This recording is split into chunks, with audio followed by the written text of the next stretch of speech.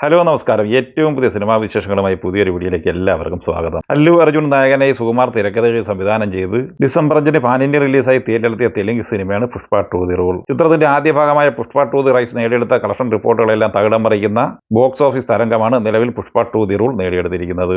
നിലവിൽ ഇന്ത്യൻ സിനിമകളിൽ ഏറ്റവും കൂടുതൽ കളക്ഷൻ, അതായത് 2000 കോടിക്ക് മുകളിൽ കളക്ഷൻ നേടിയെടുത്തിരിക്കുന്ന ദംഗൽ, 1810 കോടി 60 ലക്ഷം രൂപ കളക്ട് ചെയ്തിരിക്കുന്ന ബാഹുബലി 2 എന്ന പ്രഭാസ് ചിത്രത്തെയും പുഷ്പ 2 ദി റൂൾ മറികടക്കുമോ എന്ന ചോദ്യമാണ് ഇപ്പോൾ ഉയർന്നു വന്നിട്ടുള്ളത്.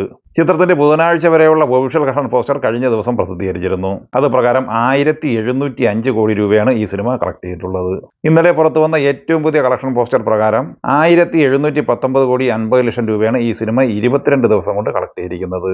അതായത് വ്യാഴാഴ്ച ഈ സിനിമ 14 കോടി 50 ലക്ഷം രൂപ വേൾഡ് വൈഡ് ഗ്രോസ് കളക്ഷൻ നേടിയെടുത്തിരുന്നു. നിലവിൽ ഹിന്ദി ബെൽറ്റിൽ നിന്ന് ഈ സിനിമ 10 കോടി മുതൽ 15 കോടി വരെ ശരാശരി കളക്ഷൻ എല്ലാ ദിവസവും നേടിയെടുക്കുന്നുമുണ്ട്. 23-ാം ദിവസമായ ഇന്നലെ വെള്ളിയാഴ്ചയും ഈ സിനിമ 15 കോടി റേഞ്ചിലാണ് വേൾഡ് വൈഡ് ഗ്രോസ് കളക്ഷൻ നേടിയെടുത്തിട്ടുള്ളത്. അങ്ങനെ 23 ദിവസം കൊണ്ട് തന്നെ പുഷ്പ 2 കളക്ട് ചെയ്തിരിക്കുന്നത് ഏകദേശം 1730-1735 കോടി റേഞ്ചിലാണ്. ഇന്ന് ശനി, നാളെ ഞായർ എന്നിങ്ങനെ 2 ദിവസവും മികച്ച ബുക്കിംഗ് ആണ് ഇപ്പോൾ നടന്നുകൊണ്ടിരിക്കുന്നത്. നിലവിൽ ഈ സിനിമയുടെ ട്രെൻഡിംഗ് അനുസരിച്ച് അടുത്ത 4-5 ദിവസങ്ങൾക്കുള്ളിൽ തന്നെ Baahubali 2 world wide box office collection ഓർമ്മയാകും എന്ന് തന്നെയാണ് പുറത്തു വരുന്ന വാർത്തകളിൽ നിന്നും മനസ്സിലാക്കാനാകുന്നത്. ക്രിസ്മസ് റിലീസായി തിയേറ്ററിലെത്തിയ മലയാള സിനിമകളിൽ മിന്നും പ്രകടനം കാഴ്ചവെച്ച് മുന്നേറുന്നത് മാർക്കോ തന്നെയാണ്. ഉണ്ണി മുകുന്ദൻ നായകനെ ഹനീഫ് അദീനി സംവിധാനം ചെയ്ത ഈ സിനിമ ആദ്യ 7 ദിവസം കൊണ്ട് വേൾഡ് വൈഡ് ബോക്സ് ഓഫീസ് കളക്ഷനായി കളക്ട് ചെയ്തിരിക്കുന്നത് 53 കോടി 50 ലക്ഷം രൂപയാണ്. കേരള ബോക്സ് ഓഫീസിൽ മാർക്കോ 7-ാം ദിവസമായ വ്യാഴാഴ്ച 2 കോടി 55 ലക്ഷം രൂപയായിരുന്നു കളക്ട് ചെയ്തിരുന്നതെങ്കിൽ 8-ാം ദിവസമായ ഇന്നലെ വെള്ളിയാഴ്ച കളക്ട് ചെയ്തത് 2 കോടി 2 ലക്ഷം രൂപയാണ്.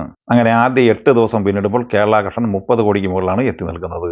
ചിത്രത്തിന്റെ 8 ദിവസത്തെ world wide box office collection 57 കോടിക്ക് മുകളിലുമാണ്. അതേസമയം മാർക്കോയുടെ തെലുങ്ക് പതിപ്പ് ജനുവരി 1-നാണ് റിലീസ് ചെയ്യപ്പെടുന്നത്. ചിത്രത്തിന്റെ ഹിന്ദി പതിപ്പിന് നോർത്ത് ഇന്ത്യയിൽ കൂടുതൽ തിയേറ്ററുകളും സ്ക്രീനുകളും ഇപ്പോൾ ലഭ്യമായിട്ടുണ്ട്. അതുകൊണ്ട് തന്നെ വരുന്ന ആളുകളിൽ നോർത്ത് ഇന്ത്യയിൽ ചിത്രത്തിന്റെ കളക്ഷൻ കൂടാനാണ് സാധ്യത. മാർക്കോയുമായി ബന്ധപ്പെട്ട് പുതുതായിട്ട് വന്നിരിക്കുന്ന മറ്റൊരു അപ്ഡേറ്റ് സിനിമയുടെ 2-ാം ഭാഗത്തെക്കുറിച്ചാണ്. ചിത്രത്തിന്റെ 2-ാം ഭാഗം ഉറപ്പാക്കിക്കൊണ്ട് ചിത്രത്തിന്റെ സംവിധായകൻ ഹനീഫ് അദീനി തന്നെ രംഗത്ത് വന്നിട്ടുണ്ട്. മലയാളത്തിന്റെ മഹാനടൻ മോഹൻലാൽ ആദ്യമായി സംവിധാനം ചെയ്യുന്ന പാൻ ഇന്ത്യൻ 3D സിനിമയായ ബറോസിന്റെ ആദ്യ 3 ദിവസത്തെ ബോക്സ് ഓഫീസ് റിപ്പോർട്ടുകൾ പുറത്തു വന്നിരിക്കുകയാണ്.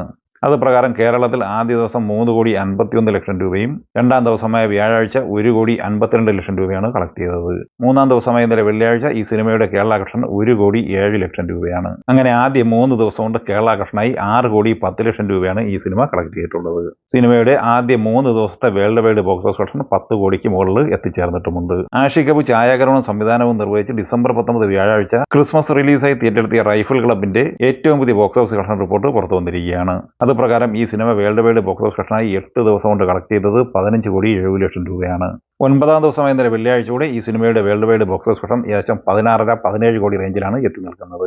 ആദ്യ 9 ദിവസം പിന്നിടുമ്പോൾ കേരള ബോക്സ് ഓഫീസ് കളക്ഷനായി 10 കോടിയോളം കളക്ട് ചെയ്ത ഈ സിനിമയുടെ ബഡ്ജറ്റ് 8 കോടിയാണ്. അങ്ങനെ റൈഫിൾ ക്ലബ്ബ് ക്ലീൻ ഹിറ്റ് വിജയം സ്വന്തമാക്കിയിരിക്കുകയാണ്. ഈ സിനിമകളെ കുറിച്ചും വീഡിയോ സംബന്ധമായി നിങ്ങളുടെ അഭിപ്രായങ്ങൾ കമന്റായി പറയുക. വീഡിയോ ഇഷ്ടമായ ലൈക്ക് ചെയ്യുക. നമ്മുടെ ചാനൽ സബ്സ്ക്രൈബ് ചെയ്യുന്ന കാര്യം കൂടി പരിഗണിക്കുക. വീഡിയോയുടെ നോട്ടിഫിക്കേഷൻ ലഭിക്കാൻ ബെല്ലൈക്കൺ കൂടി എനേബിൾ ചെയ്യുക. പുതിയ മറ്റൊരു വീഡിയോയുമായി വീണ്ടും കാണാം. എല്ലാവർക്കും ഒരിക്കൽ കൂടി നന്ദി, നമസ്കാരം.